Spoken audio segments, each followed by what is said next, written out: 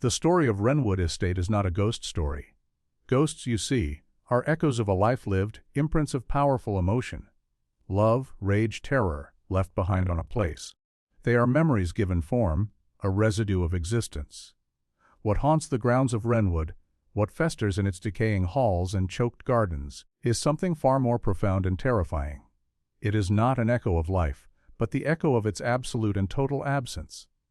It is the story of a void, a wound in the fabric of the world that, twice in a century, has swallowed a family whole.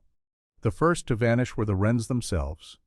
In the autumn of 1888, Alistair Wren, a gentleman scientist of considerable wealth and even more considerable eccentricity, disappeared from the face of the earth along with his wife, Elara, and their 2 children, 9-year-old Lillian and 7-year-old Thomas. There was no sign of a struggle, no ransom note, no bodies found in the vast, tangled woods that gave the estate its name. The local constabulary found a dinner half eaten on the dining room table, the food cold but not yet rotted. A fire had burned down to embers in the hearth. In the master bedroom, a music box lay open on a vanity, its delicate tune silenced mid-melody. They were there, and then they were not. The investigation concluded with a baffled shrug, the official report citing the family's likely abscondment to the continent to escape mounting debts.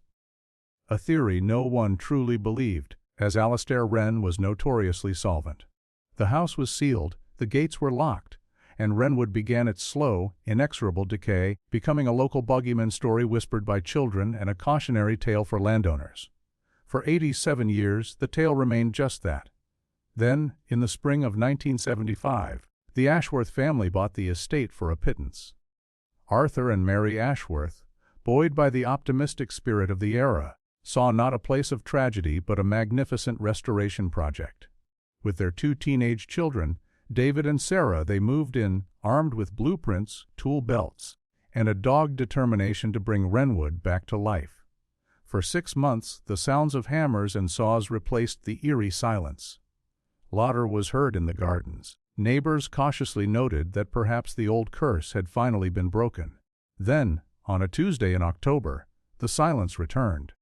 A contractor arrived to find the gates ajar, and the front door swinging gently in the autumn breeze. The scene inside was a horrifying mirror of the one discovered nearly a century before. A half-finished breakfast lay on the kitchen table, cereal sogging in milk, toast cold in its rack. A television in the living room was tuned to a channel that had gone off the air for the night, its screen emitting a low, static hum. The Ashworths, like the Wrens before them, were gone.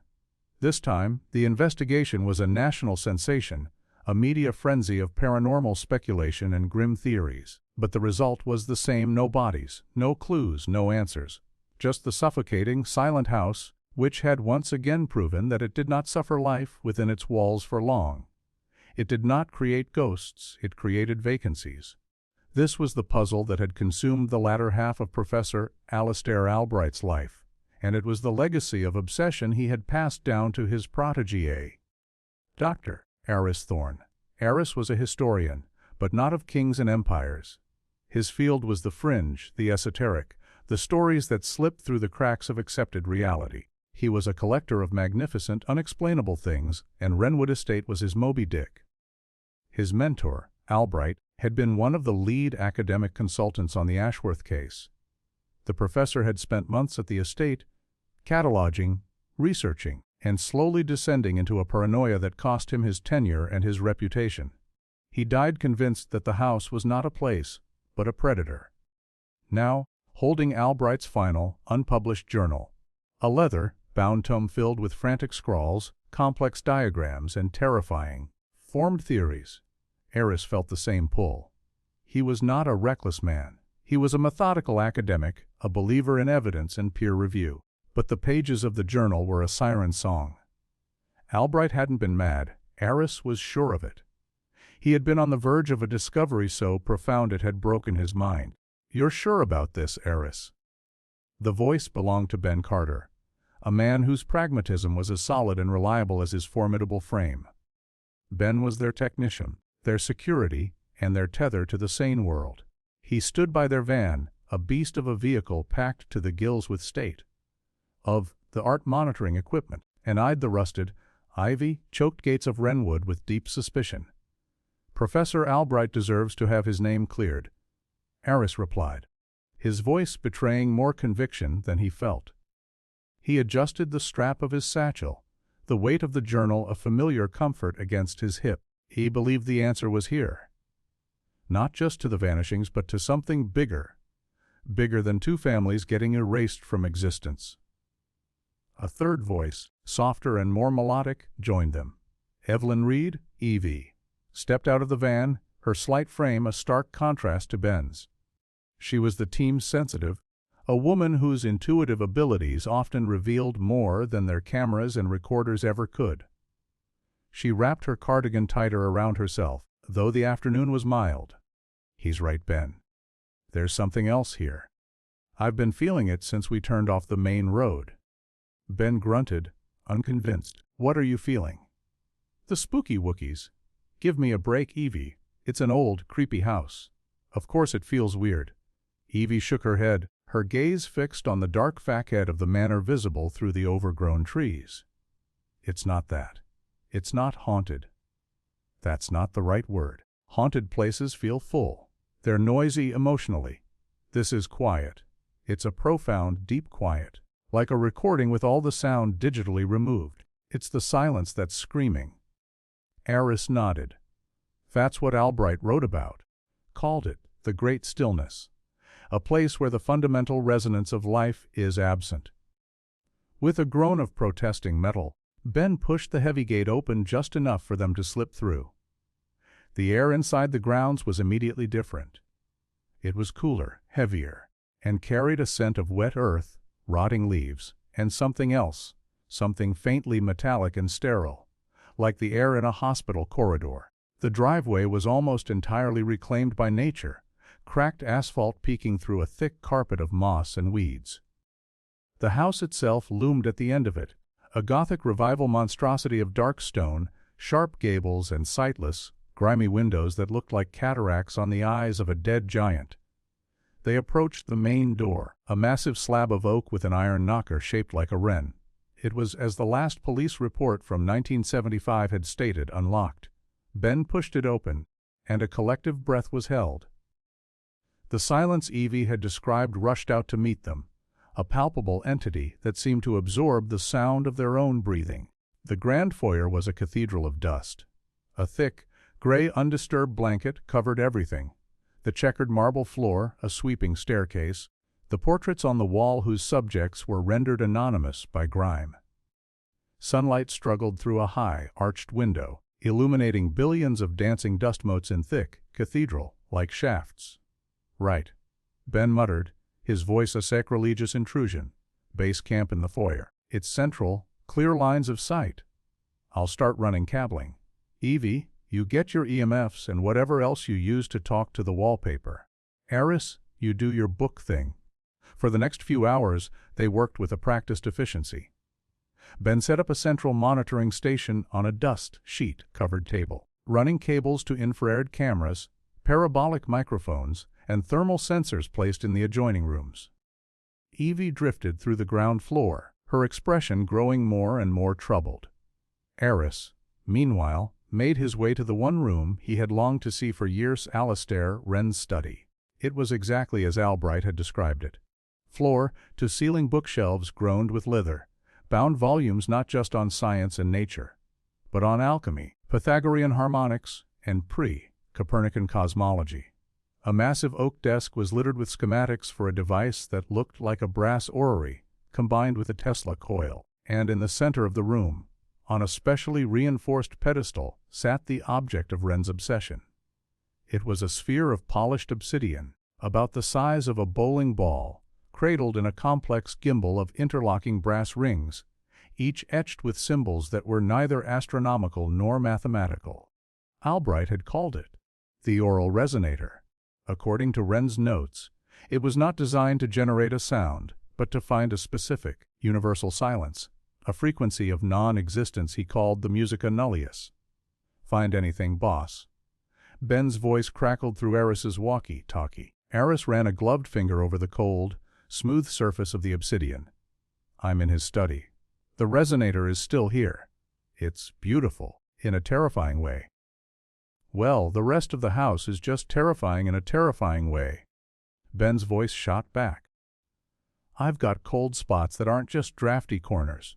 I'm talking 15-degree drops in the middle of a room for no reason, and the cameras are glitching near the east wing, where the Ashworth kids' bedrooms were. What about you, Evie? Aris asked. There was a long pause before her voice came through, strained and thin. The dining room. Aris, you need to see this. Aris left the study and met Evie by the entrance to the formal dining room. She stood in the doorway, unwilling to enter. The room was dominated by a long mahogany table. On it sat 4 place settings.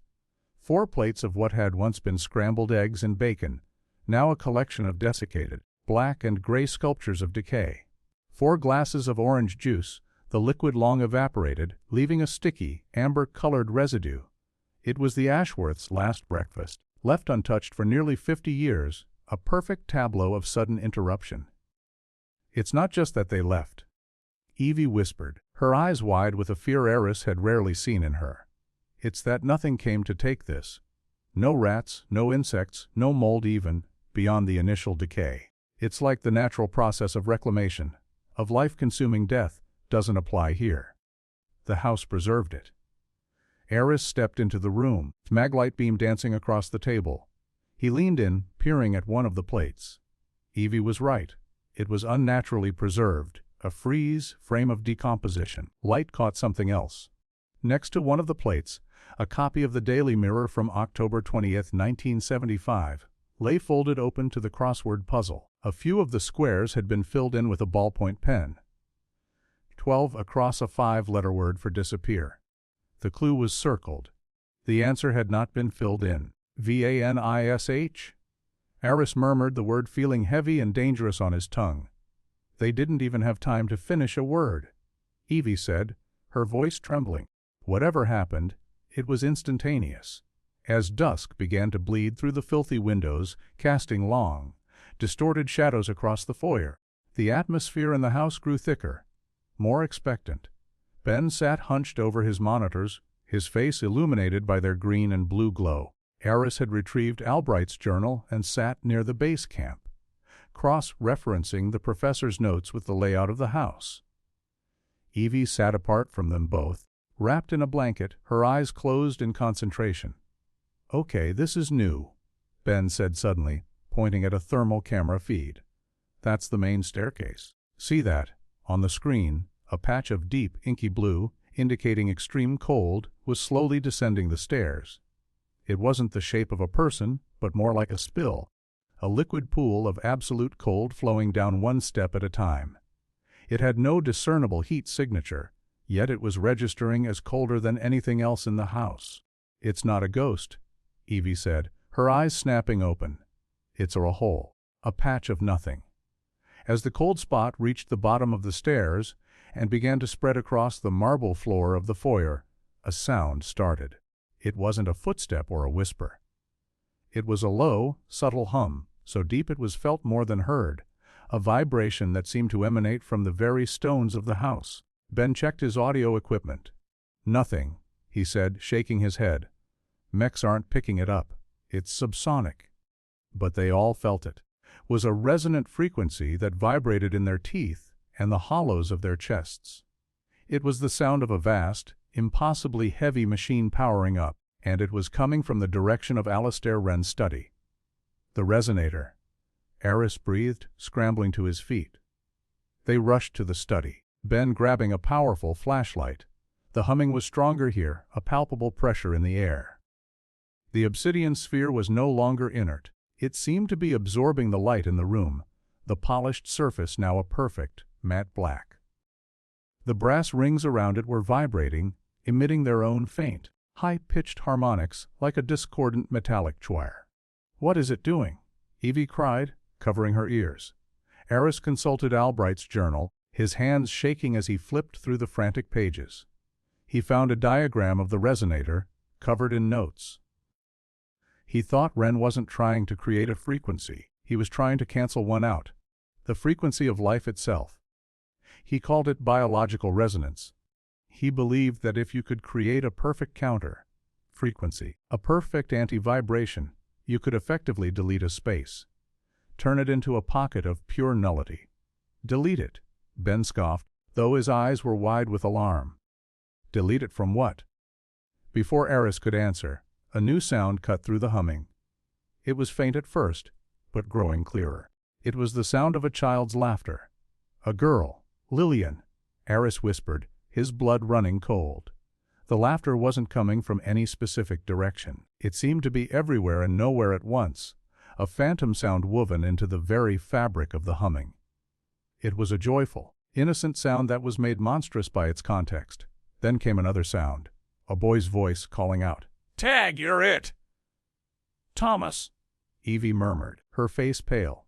The phantom sounds grew more complex, the tinkling of a music box, the gentle murmur of a woman humming a lullaby, Elara, and underpinning it all, the deep, confident voice of a man, Alistair Wren, explaining something, his tone filled with the feverish excitement of imminent discovery.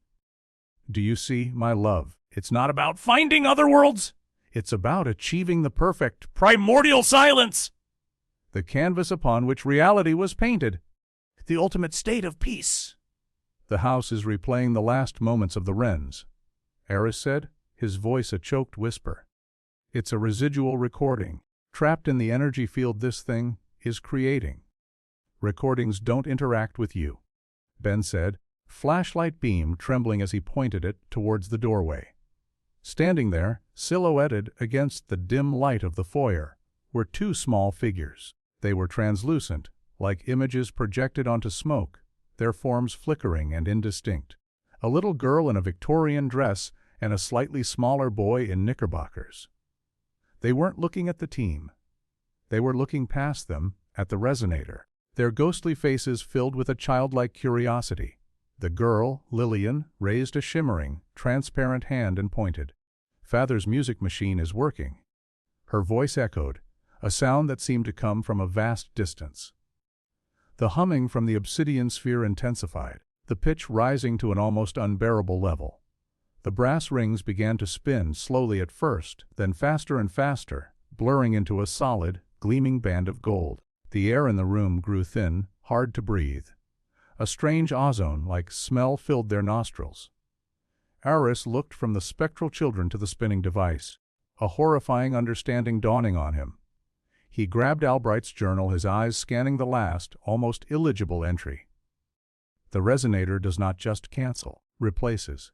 It overwrites the present with the moment of its first and most powerful activation. It is not an echo. It is a recursion. The house doesn't remember what happened. It is doomed to repeat it. It is not haunted by the Wren's absence, but by the very mechanism of their vanishing. We are not listening to a recording. We are in the overture." As he read the final words, the humming stopped. For a single, heart-stopping second, a perfect and absolute silence descended upon the room. It was not the absence of sound, it was the sound of absence, a crushing, deafening void that pressed in on them from all sides. Every ambient noise, the creak of the floorboards, the rustle of their own clothes, the frantic beating of their own hearts, was gone, completely and utterly erased. Then, with the sound of a thunderclap that seemed to implode rather than explode, the obsidian sphere pulsed with a lightless energy. A wave of pure nothingness expanded from it. The spectral forms of the children vanished instantly. The bookshelves, the desk, the very walls of the study seemed to flicker, the 1970s decay and the 21st century dust momentarily overwritten by the polished wood and lit gas lamps of 1888. It was a flash, a temporal stutter, lasting less than a second. When reality reasserted itself, everything was as it was before, but the pressure in the air was gone. The resonator was still. The house was quiet again. But it was a different quiet. The expectant, humming silence was gone, replaced by a flat, dead stillness. Ben let out a string of curses, leaning against the doorframe to steady himself. Evie was on her knees, gasping for air, as if she had just surfaced from a deep dive. Aris stood frozen, his knuckles white where he gripped the journal. "What the hell was that?" Ben demanded, his voice hoarse. "A replay. A damn History Channel special." "No," Aris said, his gaze fixed on the inert obsidian sphere. That wasn't a replay. That was a rehearsal. He turned a page in the journal to a section where Albright had tried to decipher Wren's calendrical calculations, circled a date and written a single, terrifying word beside it. Tonight. According to my mentor, Aris said, his voice grim, and according to Alistair Wren's own calculations, the resonator doesn't just activate randomly. It attunes itself. It builds power over a cycle. What we just experienced was the final calibration.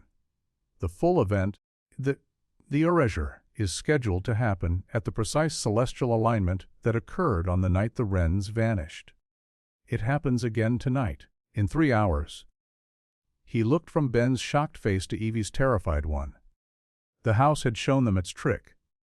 It had revealed the nature of its trap, and it had just locked the doors. The weight of 87 years of silence, and the fresh horror of 39 more, settled upon them. They had come seeking answers to 2 vanishings from the past, only to find themselves as the central characters in a third one, about to happen in the immediate future. The void in Wrenwood was hungry again, and this time they were the meal. The silence that followed Aris's declaration was of a different kind altogether. The crushing, metaphysical void of the resonator's pulse was gone, but in its place was a vacuum of human hope. The 3 of them stood in the dusty study, caught in the crosshairs of a century-old temporal weapon, the air thick with the certainty of their own impending erasure. The house had ceased its ghostly theatrics, the rehearsal was over, the stage was set, and the final act was written. They were simply the last cast of characters to be fed into the script. Ben was the first to break. His denial was a violent, physical thing. No way. We are not getting deleted by some Victorian lunatic steampunk bowling ball. He stormed out of the study, his heavy boots echoing with furious purpose in the now silent foyer. I'm getting us out of here. Now. They heard the massive front door rattle in its frame, followed by a series of shuddering thuds as Ben threw his considerable weight against the ancient oak. Then, a string of curses that were sharp and modern and wonderfully, profanely out of place in the suffocating antiquity of Wrenwood. Aris and Evie followed him out to the foyer. Ben was glaring at the door, his shoulder throbbing. It's not just locked. It's solid. Like it's part of the wall. He hammered the iron knocker against the wood, producing a dull, flat thud with no resonance, as if he were knocking on a mountain. The windows? Evie asked, her voice small. Ben was already moving, wrenching back the heavy velvet curtains from the nearest window. He picked up a discarded iron poker from by the grand fireplace, and with a roar of frustration, swung it at the glass. The impact should have shattered the pane into 1,000 pieces. Instead, the poker connected with a sound like striking reinforced concrete. A spiderweb of faint, shimmering cracks appeared on the glass for a moment, glowing with a faint, violet light, and then faded as if they had never been. The glass remained perfectly intact, not even vibrating. What the hell? Ben panted, staring at the unmarred window. The house is sealed, Aris stated, the dreadful calm of academic certainty settling over him. He was looking at Albright's journal, which he still held open. The professor theorized this. Once the final cycle begins, the estate isolates itself from consensus reality. The resonator creates a localized pocket universe, a bubble in space-time. The walls aren't just wood and stone anymore. They're the event horizon. Event horizon. What are you talking about, Aris? This isn't a black hole, Ben snapped, tossing the poker down with a clang. Isn't it? Aris countered, his eyes dark. It swallows everything inside and lets nothing out. It erases information. It's a slow-motion, localized black hole, and we're well past the point of no return. He ran a hand through his hair, the gesture betraying the terror beneath his analytical facade. Our van, the radio, our phones, they're all on the other side of that barrier now. Useless. Evie, who had been standing with her eyes closed, her hand pressed against the cold wall, spoke up. Her voice was a strained whisper. He's right. It's not just that we can't get out. The world outside, it can't get in. It doesn't even know we're here anymore. I can't feel the town. I can't feel the power lines, the roads, anything. There's nothing out there. Just the house. The house is all there is." The finality of her words hung in the air. The ticking clock wasn't just a deadline. It was a countdown to their complete and utter cessation.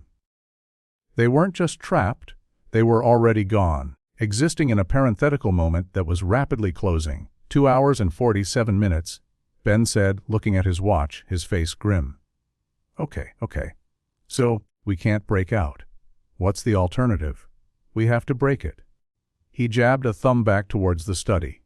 The resonator. We smash it to pieces. Aris shook his head immediately. No, absolutely not. That's the first thing Albright warns against. He flipped through the journal to a page marked with a large, red X.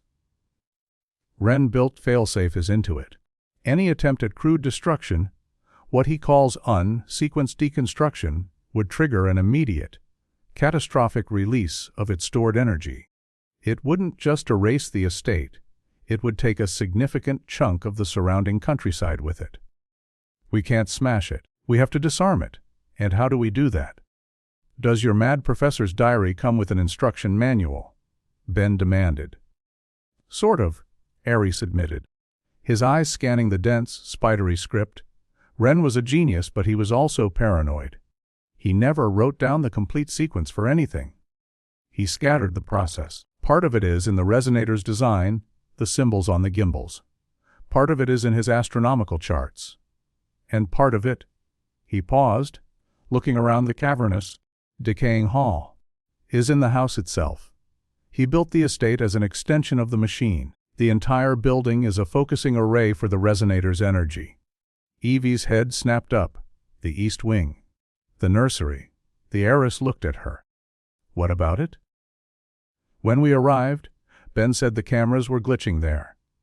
And during the rehearsal, the children's voices were the clearest. Their energy is strongest there.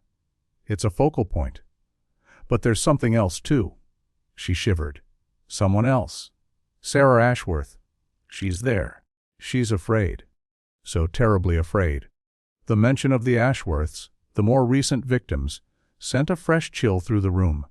They had been a modern family, people of science and practicality, just like them. They had believed in logic and reason, and the house had swallowed them just the same. A focal point. Aris murmured, a new line of thought opening up. Albright mentions anchors, points in the house where the temporal field is at its most stable, or its most concentrated. Thought they might be the key to grounding the device, to safely discharging its power. Let's go. The nursery. They navigated the house with a new sense of dread. The silence had returned, but it was a predatory, watching silence. Their flashlights cut sharp, nervous beams through the gloom, revealing peeling wallpaper that looked like flayed skin and furniture that crouched in the shadows like waiting beasts. As they ascended the grand staircase, the cold spot they had witnessed earlier was gone, but the air on the second floor landing was noticeably colder, carrying the same sterile, metallic scent from the grounds. The east wing felt different from the rest of the house. It felt younger.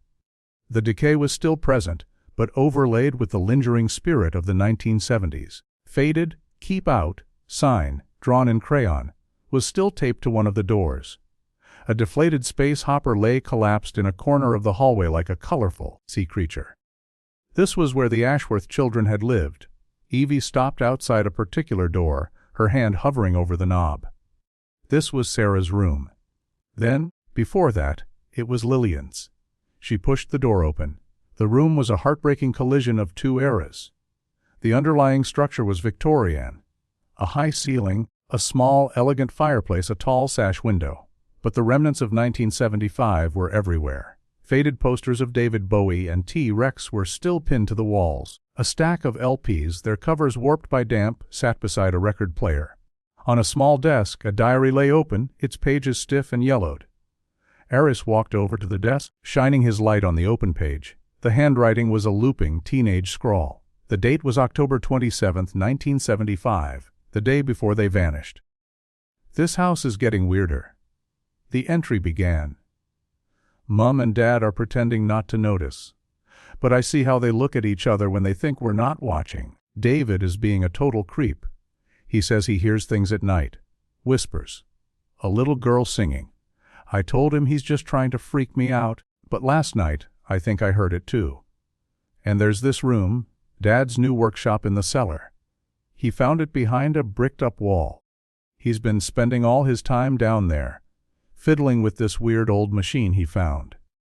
Says he's going to get it working again. There's a humming sound coming from it. It makes my teeth hurt. My God, Aris breathed. Arthur Ashworth. He found the resonator. He didn't just move in, reactivated the damn thing. Ben, who had been scanning the room with a thermal camera, swore under his breath. Aris, Evie, look at this. He pointed the camera at the wall beside the fireplace. On the small LCD screen, a perfect, child-sized handprint was visible in deep, vibrant blue. It was a mark of intense, localized cold. It's not just an echo, Evie whispered, stepping closer to the wall, though she didn't touch it. It's a point of contact. This is where Lillian waits, and it's where Sarah felt her. She turned to Aris, her eyes pleading. The house didn't just repeat the same event. It used Arthur Ashworth to do it. It tricked him into becoming the new Alistair Wren. It needed someone to turn the key. A thought struck Aris, a terrible, connecting thread. He turned to the desk and carefully picked up Sarah's diary. He flipped back a few pages, scanning the entries. He found what he was looking for. A description of the cellar workshop. The machine is on a stone pedestal in the middle of the room. And on the wall behind it, someone painted a bunch of stars and lines. It looks like one of those zodiac maps. Dad thinks it's some kind of instruction manual. He's been copying it into his notebook, trying to figure it out. The star map? Aris said, his voice electric with discovery. Wren's astronomical charts. They weren't on paper. He painted them on the wall of the resonator's chamber. That's the part of the sequence I was missing. We need to get to the cellar. Suddenly, the gentle tinkling of a music box began to fill the room. The sound was crystal clear, painfully beautiful, and it came from a small mother-of-pearl box on the Victorian vanity in the corner. Elara Wren's music box, which should have been in the master bedroom. As the melody played, the temperature in the room plummeted. Their breath plumed in the air. The cold handprint on the wall began to glow with the same faint, violet light they'd seen on the window. She knows we're here. Evie choked out, backing away. She knows we're trying to stop it. The spectral form of Lillian Wren flickered into existence beside the music box. She was more solid this time, less like smoke and more like flawed, shimmering glass. She turned her head, and for the first time, her hollow eyes seemed to look directly at them. Innocent curiosity was gone, replaced by a cold, ancient possessiveness. This was her room. This was her house. This was her game, and she didn't like new players changing the rules. You're not supposed to be here. Her voice echoed, not as a distant memory, but as a direct statement. The sound was a chilling blend of a 9-year-old girl and the grating hum of the resonator. Run, Ben yelled, grabbing Evie's arm and pulling her towards the door. They scrambled out into the hallway as the music box melody swelled to a deafening, distorted shriek. The door to the nursery slammed shut behind them with a supernatural force that shook the floor. To the cellar! Aris shouted, leading the way. It has to be the control room. They half stumbled back towards the main staircase. But the house was awake now, and it was actively fighting them. Hallways that should have been straight seemed to curve, stretching into impossible lengths. Doors they had just passed were now gone, replaced by seamless, peeling wallpaper. The phantom sounds were becoming physical. The whisper of Alara's dress sounded right behind them, accompanied by a gust of ice, cold, lavender-scented air. A deep, guttural chuckle that could only be Alistair Wren echoed from the walls, seeming to mock their panic. They reached the top of the grand staircase and stopped dead. The stairs were gone. In their place was a sheer, dizzying drop into a swirling vortex of blackness, a hole in the fabric of the house. From its depths, they could hear a cacophony of overlapping sounds. The Wren's final moments, the Ashworth's breakfast, The static from their television, a baby crying, telephone ringing, a dog barking, all the stolen sounds of life, mashed together into an auditory nightmare. It's rewriting the geography. Aris gasped, clutching the railing. Trying to keep us from the control center. There has to be another way down, Ben said, his pragmatic mind kicking back in despite the sheer impossibility of what he was seeing. Servant's staircase. A house this big has to have one. Evie, who was leaning against the wall, pale and trembling, pointed down a narrow, dark corridor they hadn't noticed before. That way. Colder. They plunged into the cramped passage, finding a steep, winding set of stairs clearly meant for the staff. The air grew damper, the smell of rot and wet stone intensifying with every step down. The sounds of the vortex faded, replaced by the single insistent, subsonic hum of the resonator, growing louder and louder. It was a homing beacon drawing them toward the house's dark heart. They emerged into the kitchen. It was a vast, commercial-grade space from the 19th century, with a huge, rusted iron stove and rows of tarnished copper pots hanging from the ceiling. But something was wrong. The room was flickering. For a second, it was the dusty, derelict kitchen they had passed through earlier. Then, it would flash, and for a heartbeat, it was filled with the frantic energy of 1975. Mary Ashworth stood at the counter, her face a mask of terror, staring at a pot of water that was refusing to boil on the stove. Another flash, and the room was lit by gaslight, and a bustling Victorian cook was shouting at a scullery maid. The house's memories were bleeding together, the temporal buffer failing as the resonator spooled up for its final act. "Don't look at them," Evie warned, her voice tight. "They're just imprints. But they can hold you here if you let them." Ben found the cellar door, a heavy, iron-banded plank of wood. It was barred from their side. "Well, that's one piece of luck," he grunted, lifting the heavy iron bar. He pulled the door open, revealing a set of steep stone steps leading down into absolute darkness. The hum from below was immense now, a physical pressure that made their skulls vibrate. 1 hour and 12 minutes, Aris said, his voice grim. "This is it."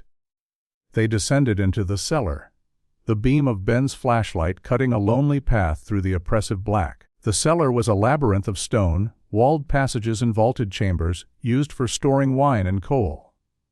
But one passage ended in a wall of newer-looking brickwork, a section of which had been crudely smashed open. "This is what Arthur Ashworth found," Aris said, stepping through the hole. They entered a circular chamber that was far older than the rest of the house.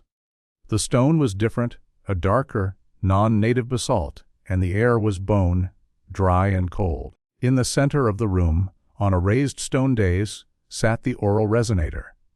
It seemed to drink the light from their flashlights, the obsidian sphere a knot of pure blackness. The brass gimbals were already spinning slowly, almost imperceptibly, letting out a faint, harmonic chime.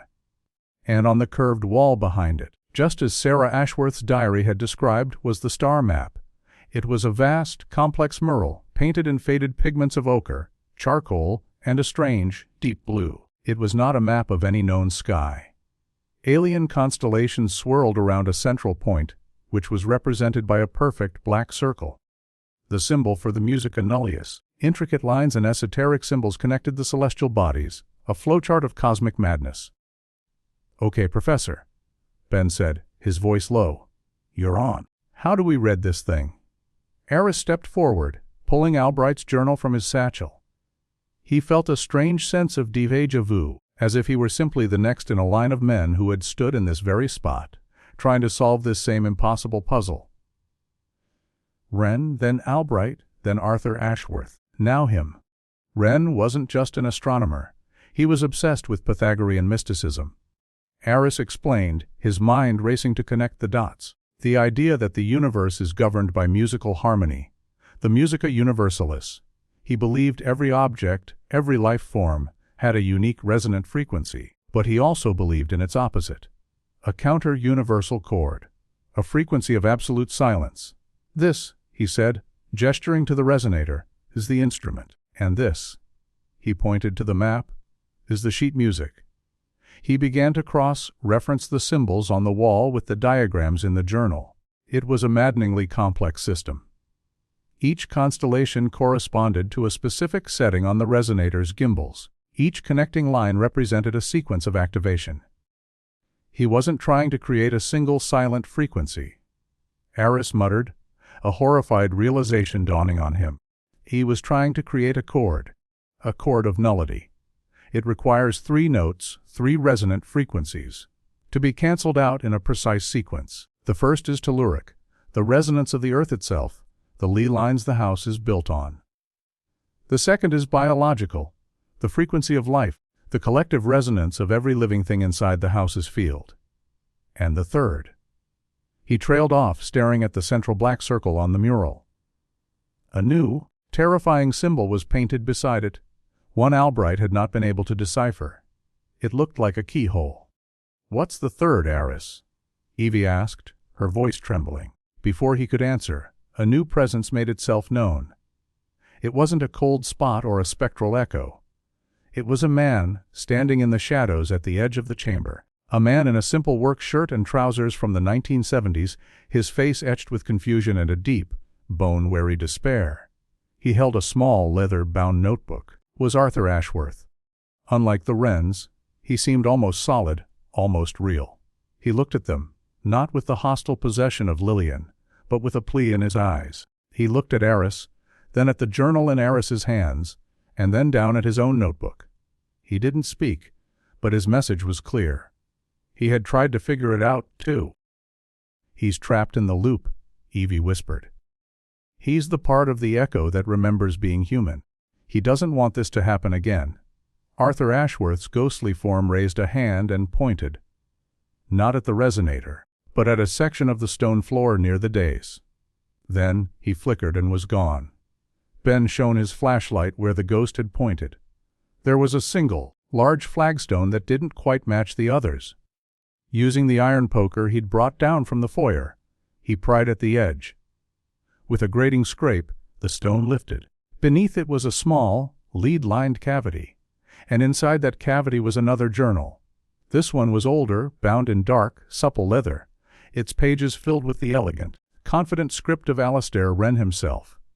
It was his personal log, the one he had hidden from the world. Aris lifted it out as if it were a holy relic, the final piece of the puzzle. He opened it, his eyes devouring the words. Wren's early entries were filled with scientific zeal, but as he chronicled the construction of the resonator, his tone began to change. It became fearful, paranoid. "It heard me," one entry read. "As I refined the null frequencies, I opened a channel. I was listening for silence, but something else was listening back. Something from the space between the stars, from the absolute cold. It is not alive as we understand it, but it is aware. And it is hungry. It covets the warmth of our reality, the noise of our existence. I have drawn its attention. It is coming." The final entries were filled with raw terror. "The resonator is my only hope. I cannot fight what is coming, but I can hide from it. The great stillness, the pocket of nullity, it will be a sanctuary. A place where its senses cannot find us. It will be a perfect void, undetectable. I must take my family there, into the silence, before it arrives. I have plotted its arrival to the second. The alignment is almost upon us. We must be gone before it can take us. This is not an act of destruction. It is an act of preservation. This is our ark." Alistair Wren wasn't a monster. He was a terrified father, trying to save his family from something far worse than death. The resonator wasn't a weapon. It was a panic room. "The third frequency," Aris said, his voice barely a whisper, looking at the keyhole symbol on the wall. "It's not an object. It's a target. The resonator isn't just canceling our reality. It's hiding from another one. The third note in the chord is designed to make the void completely invisible to whatever is on the other side." He looked at his watch. 40 minutes. "So what do we do?" Ben asked. "Leppen, hide in the big silent nothing with the Wrens." "No," Aris said, his mind racing. Wren's plan failed. Something went wrong. He didn't create a stable sanctuary, he created a recursive trap. And the Ashworths, they weren't trying to hide. They were just consumed by the trap's reset. We have to break the cycle. According to Wren's own notes, the sequence must be perfect. If we disrupt it, if we introduce a new frequency that the machine can't account for, right at the moment of activation. Evie's eyes went wide. You want to feed it a new sound. A sound it can't cancel.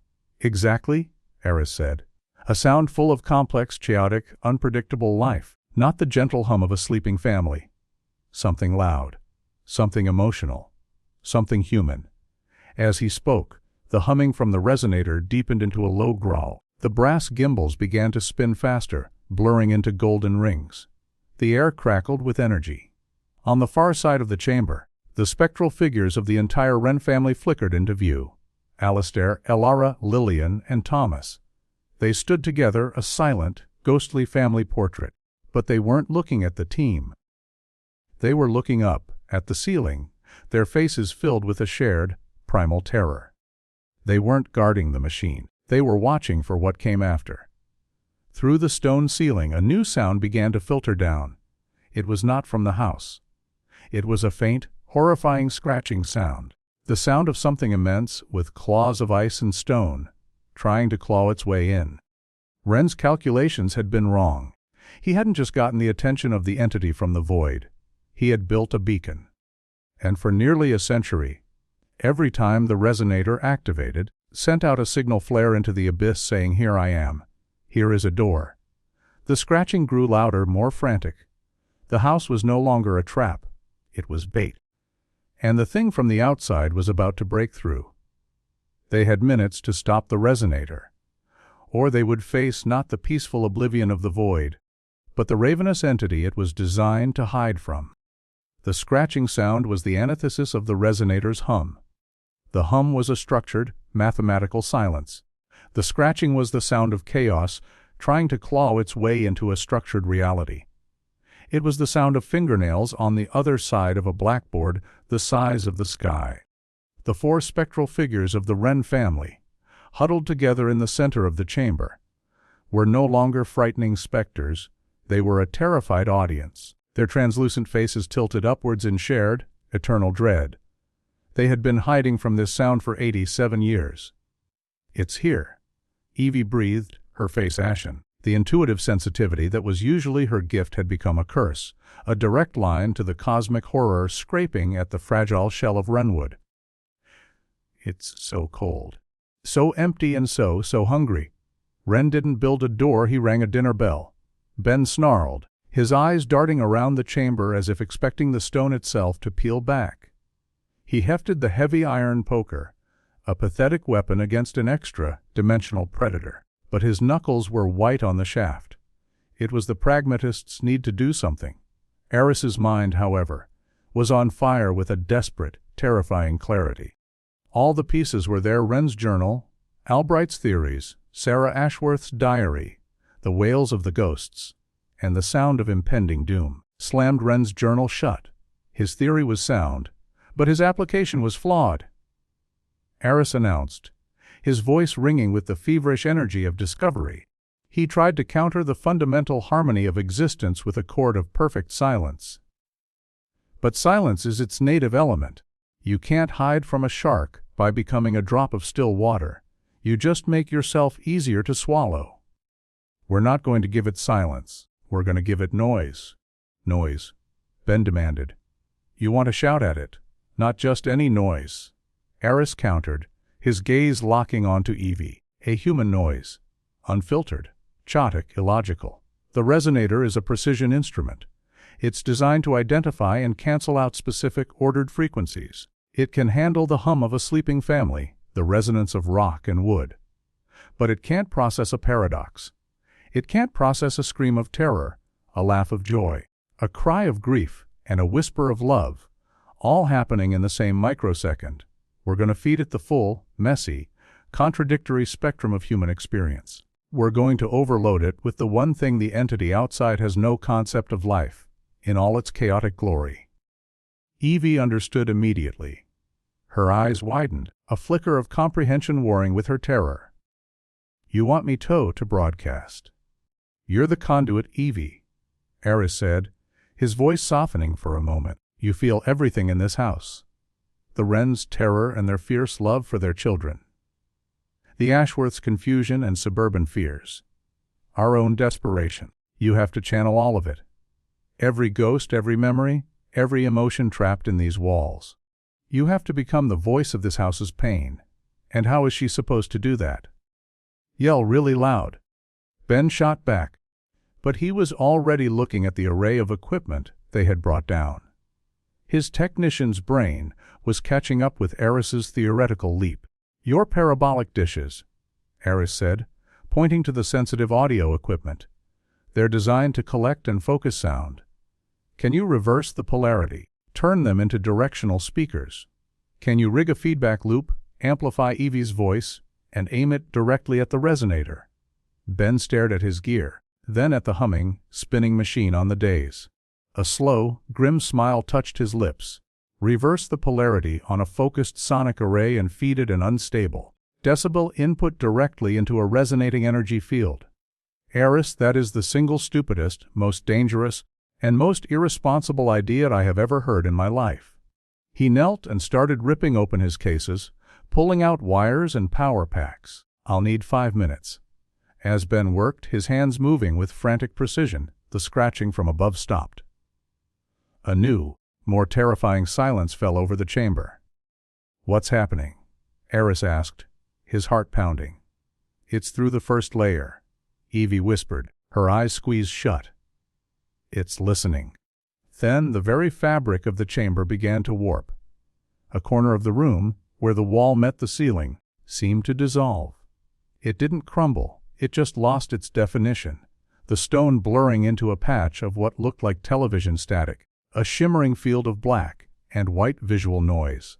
From this patch, a cold so profound that it felt like a physical blow began to pour into the room. It was not the cold of ice, it was the cold of absolute zero, the cold of a universe where heat had never been invented.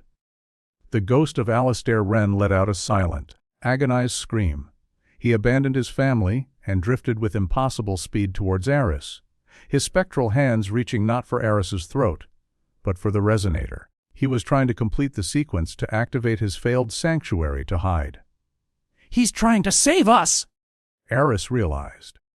"He's trying to pull the trigger before that thing gets all the way in." He sidestepped the ghost's desperate lunge. "Don't let him touch it!" It's too late for his plan. Ben glanced up from his work. 3 minutes? He shouted, sweat beading on his forehead. The house itself seemed to join the assault. The star map on the wall began to shift and swim, the alien constellations rearranging themselves as if the very laws of physics were being rewritten. The humming of the resonator became erratic, a discordant thrumming as it struggled to maintain its function against the encroaching chaos. The air grew thick, tasting of ozone and something else, something acrid and ancient, like dust from a tomb that had never known a sun. "It's ready!" Ben yelled, pointing to a jury-rigged contraption. He had mounted 2 parabolic dishes facing each other, creating a focused channel. A microphone was wired to a portable amplifier, its output cable aimed directly at the space between the dishes. It's a sonic cannon, point-blank range.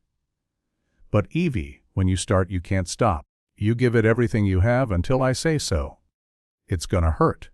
Evie nodded, her face a mask of grim determination. She took her place in front of the microphone. Aris moved to the resonator itself. Wren's journal lay open on the dais. According to the final sequence, a manual release had to be engaged to allow the 3 notes of the nullity chord to harmonize. Aris's plan was to engage it at the peak of Evie's broadcast, forcing the machine to try and reconcile 2 impossibly opposite commands to create perfect silence and to process infinite noise. Would be like asking a calculator to divide by 0. 30 seconds to the alignment. Aris shouted over the growing din. The patch of static in the corner was growing, and a shape was beginning to form within it. A non-shape. A hole in space that was darker than the surrounding blackness. A silhouette of something vast and many-limbed. "Evie!" "Now!" Ben screamed. Evie took a deep breath, closed her eyes, and opened her mouth. What came out was not just a scream. It was the sound of a universe being born and dying all at once. It began with the terrified sob of Sarah Ashworth, alone in her room. That sob seamlessly blended into the gentle, hopeful humming of her mother, Mary, as she hung new curtains. It swelled into the furious, frustrated roar of her father, Arthur, as he failed to understand the machine in the cellar. Then, the sound of David Ashworth's cheap record player, playing a glam rock anthem, a sound of defiant, youthful joy, crackled through the air, and then the Wrens joined the choir. Elara's lullaby, a melody of pure, maternal love, was interwoven with the high, innocent peal of Lillian's laughter. The sound of 7-year-old Thomas's running feet echoed on phantom floorboards, a sound of boundless energy. And beneath it all, Alastair Wren's voice, not the confident scientist, but the terrified father from his journal, whispering prayers and equations into the dark. Evie channeled it all. Her own fear, her own hope, her desperate will to live, became the thread that stitched the phantom sounds together. She screamed, she laughed, she wept, she sang. It was a cacophony of life, a symphony of flawed, beautiful, terrible humanity. The effect was instantaneous and violent.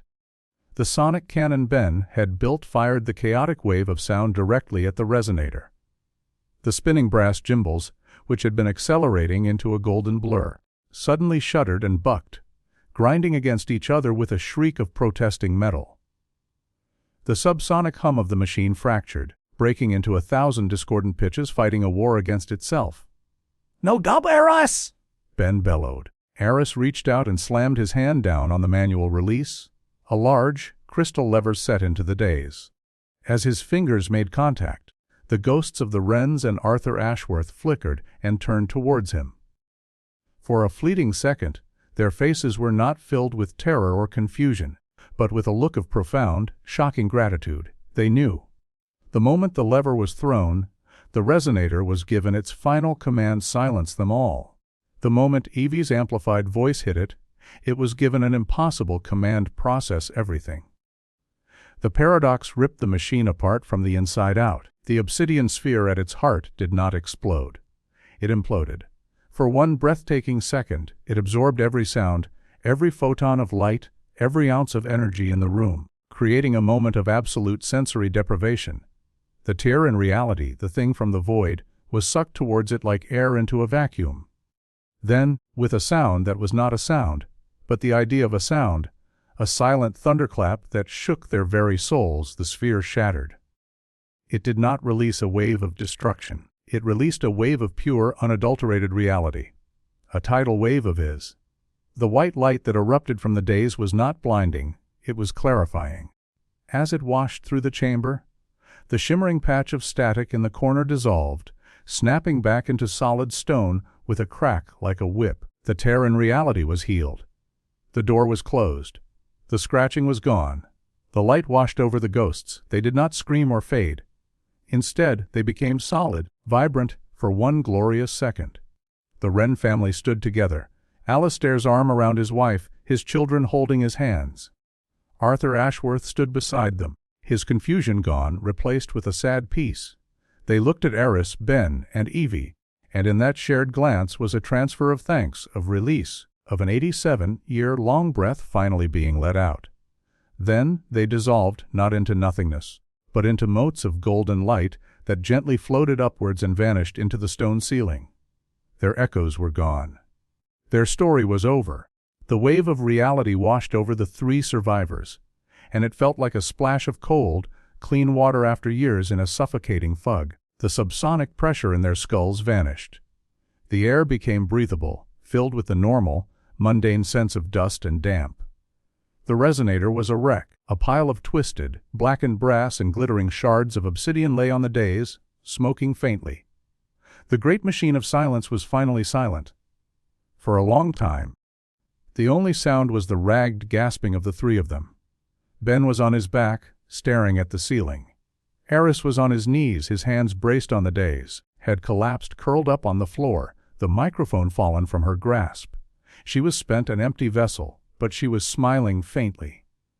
Slowly, shakily, they got to their feet. They didn't speak. There were no words. They stumbled out of the ancient chamber, through the cellar, and up the stone steps into the kitchen. Something was different. A pale, gray light was filtering through the grimy kitchen window. It was the light of dawn. They walked through the house, a slow, dazed procession. The oppressive, watchful silence was gone. In its place were the normal sounds of an old, empty house. The groan of settling floorboards. The faint whistle of wind through a cracked window pane. The drip, drip, drip of water from a leaky pipe somewhere. These mundane sounds were the most beautiful music they had ever heard. They reached the grand foyer. The shafts of light coming through the high window were no longer thick with motionless, ancient dust. They were clear, illuminating a room that was just old and neglected, not malevolent. Ben walked to the front door. He didn't throw his shoulder against it. He reached out and turned the heavy, iron handle. There was a loud, rusty click of a latch disengaging, and with a groan of stiff hinges, the door swung open. The air that rushed in was cool and sweet, smelling of wet leaves and the promise of a new day. It was the air of their world. They stepped out onto the porch, shielding their eyes against the rising sun. The overgrown grounds were no longer menacing. They were just overgrown. The trees were just trees. The world was still there. Aris looked back at the house. Wrenwood Estate looked weary, sad, and impossibly old. It was a place of immense tragedy, a tomb for two families and a monument to a man's brilliant, terrible mistake. But it was no longer a predator. It was no longer a wound in the world. The void had been filled. He thought of his mentor, Professor Albright, who had died in obsession and disgrace. He hadn't been mad. He had been right. And now, his work was finished. The question of what happened to the Wrens and the Ashworths had been answered. They hadn't vanished. They had been waiting. Waiting for a sound loud enough to wake them from a silent dream, a noise chaotic enough to remind reality what it was supposed to be. Ben clapped a heavy hand on Aris's shoulder, his grip firm and grounding. Evie stood beside them, her face turned up to the sun, tears of exhaustion and relief tracing paths through the grime on her cheeks. No one survived the Wrenwood Estate? Aris whispered the old headline. The local legend was wrong now. They had. And in surviving, they had done more than just escape. They had brought the story to a close, not by adding another chapter of vanishing, but by writing the final word. The house was no longer a place of absence. It was now just empty. And in the distance, for the first time in over a century, they could hear the faint, cheerful sound of birdsong beginning in the woods.